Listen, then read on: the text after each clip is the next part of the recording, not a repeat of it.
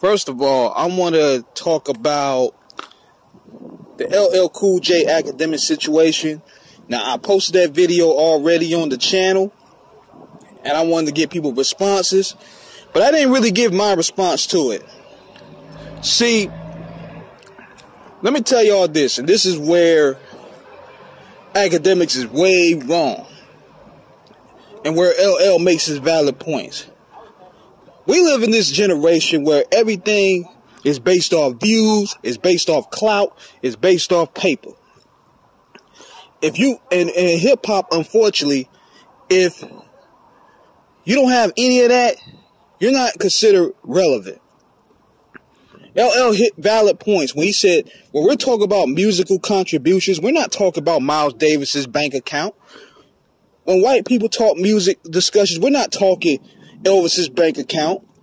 We're not talking Metallica's bank account or their net worth. Only thing they talk about is their music. But unfortunately, we at a stage of hip hop where that's the only thing that matters.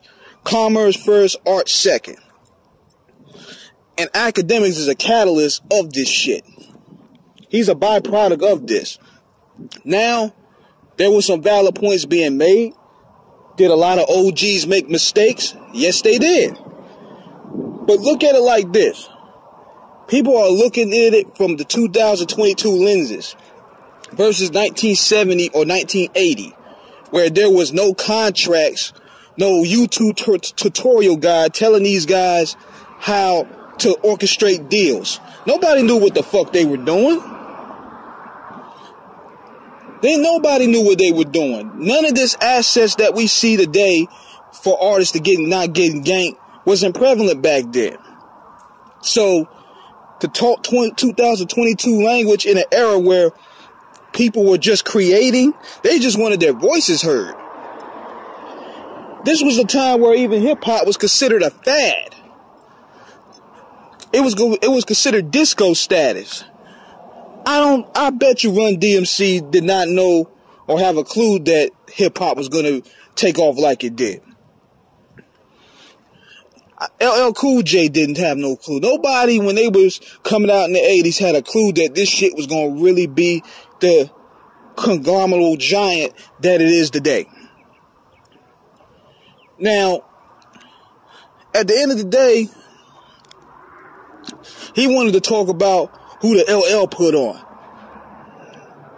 Let's say hypothetically, nobody had the leverage to really put anybody on because hip-hop was still fresh and new.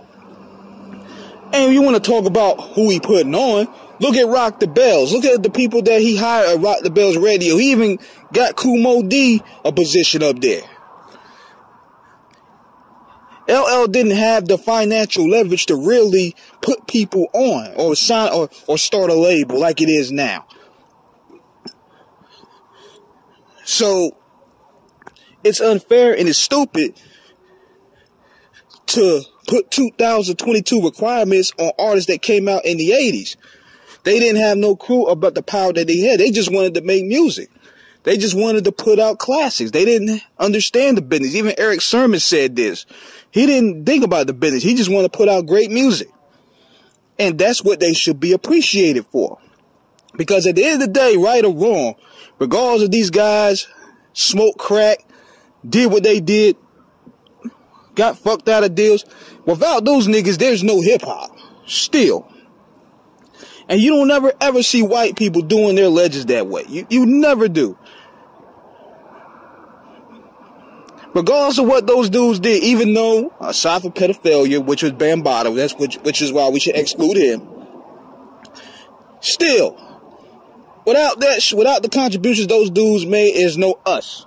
I wouldn't even be doing what I'm doing. So they should deserve that praise just for that and changing the musical landscape. Now, could they done more in the business side? Of course. Is a lot of shiesty business did? Of course. But going back to what Akademiks was saying about that, what are you doing that's better in this shit? Aside from instigating beef, with these drug addicted rappers and all that turn up big act shit, Man, if LL was in the same room with that dude, he'd be humble as pie.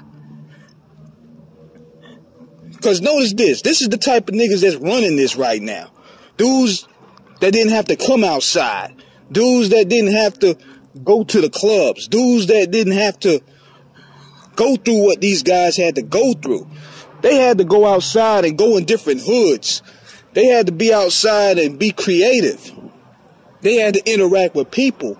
It wasn't this weirdo introvert. It wasn't this weirdo introvert. I don't come outside. I could do safe color commentary from my basement shit. And plus, he's the last guy should be calling people dusky. You a whole alcoholic, my nigga.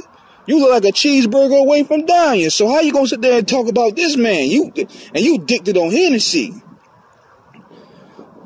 Only thing this dude can do is just diss rappers from long distance, because anytime that he's faced with confrontation, he folds. Face-to-face confrontation, he folds. So, considering the fact that this dude has a big voice in the youth culture, is disturbing within his right.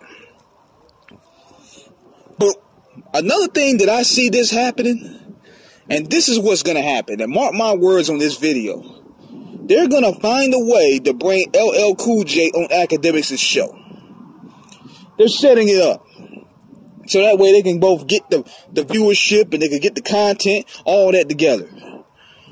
And we're gonna see, because he's gonna be humble, just like even with Tariq Nasheed challenged him on Jamaica's creating hip hop.